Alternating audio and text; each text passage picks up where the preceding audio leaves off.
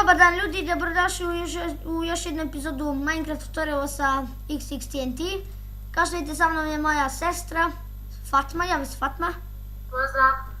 Danas ćemo igrati malo PvP. Kao što vidite, server je predobar, ali dosta koči, tako da malo će slika da bude mutna. Izvinjavam se zbog toga, u sljedećem snimku ću to da popravim. Idemo sad, kad kažem 3, 4, sad stiskaš na ovo Arena Join. Idemo 3, 4, sad. I to je to. Ja i ona smo. Snimat ćemo 3 epizode. Mislim, kako ti kažem, 3 igre. 3 runde.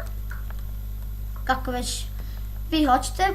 Ali evo, meni koči pomalo.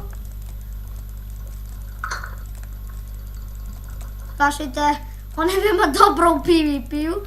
Ne znam da li koristi hakove, to pitajte nju u komentare. Ne koristim ništa. Idemo 3, 4, sad.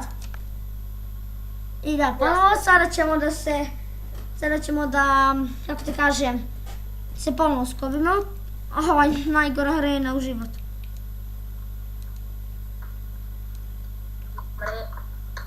Umri. Što si zaznuta? Padni bre u lavu bre.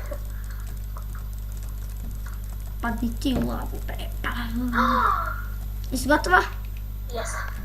Evo sad mi nije kočilo, kao što vidite, pre mi jeste kočilo. 4, sad.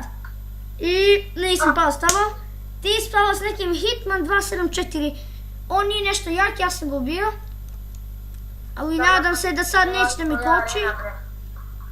Uf, meni je loša arena, ja mrzim ovu arenu. Mrzim, kako da kažem, sve arene.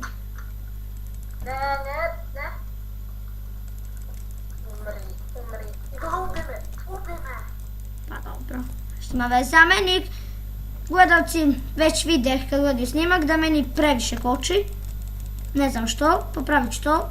I to je bilo to za danas ljudi, snimat ćemo još dosta mini igri.